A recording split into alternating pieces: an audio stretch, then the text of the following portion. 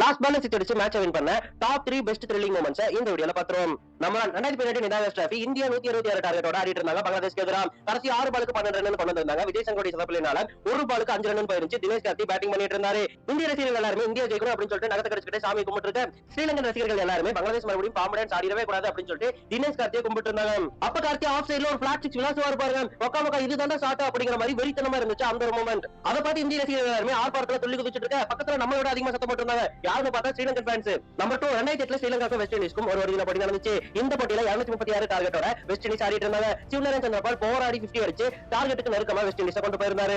கடைசி 2 பாலுக்கு 10 run match ரொம்பவே த்ரில்லிங்கா போகும். முதல் பால் ஸ்ட்ரைட்ல சூப்பரான ஒரு போர் அடிப்பாரு. இரண்டாவது பால் வாஸ் ஃபுல் டாஸ் போட அத லெக் சைடு தூக்கி அடிச்சிருப்பாரு. ஒரு 6 மாத்தி இருப்பாரு. அன்னைக்கு வெஸ்ட் இண்டீஸ் ரசிகர்கள் எல்லாரும் துள்ளி குதிச்சு அந்த மேட்சை கொண்டாடி இருப்பாங்க. ஓடிஐல one of the most thrilling மூமெண்ட்ஸ்னா அது இந்த மூமெண்ட்னு சொல்லலாம். நம்பர் 3 இந்தியாவும் பாகிஸ்தானும் 1986 ஆண்டு ஒரு ஓடிஐ போட்டியில ஆடிட்டு இருப்பாங்க. 246 டார்கெட்டை பாகிஸ்தான் சேஸ் பண்ணிட்டு இருந்தாங்க. ஜாவித் மியந்தார் மட்டும் தான் நல்லா ஆடிட்டு இருந்தாரு. அவர் செஞ்சுரியும் ஸ்கோர் பண்ணியிருந்தாரு. கடைசி ஒரு பாலுக்கு 4 ரன் கொண்டு வந்திருந்தாரு. அந்த காலத்துல இவ்வளவு நெருக்கமா மேட்சஸ் போகாது இல்லையா, அதனால பாகிஸ்தான் தோத்துருச்சு அப்படின்னு சொல்லிட்டு பாகிஸ்தான் ரசிகர்கள் நினைச்சிருந்தப்போ சேத்தன் சர்மா போட்ட ஒரு ஃபுல் டாஸ் ஸ்ட்ரைட்ல தூக்கி அடிச்சு ஒரு 6 அடிச்சிருப்பாரு. அந்த ஷாட் தான் ஷார்ட் ஆஃப் செஞ்சுரியா பாகிஸ்தானுக்கு இன்ன வரைக்குமே இருக்கு. கபில் தேவ் இந்த ஒரு ஷாட்னால எங்களால 4 வருஷம் ஃபார்மை மெயின்டைன் பண்ண முடியல அப்படின்னு சொல்லிட்டு பேட்டியே கொடுத்திருந்திருப்பாரு. அந்த அளவுக்கு பாகிஸ்தான் சிலாகித்து பாராட்டக்கூடிய ஒரு கிரேட்டஸ்ட் ஷாட் தான் ஜாவித் மியந்தார் அடிச்ச இந்த ஒரு ஷாட்.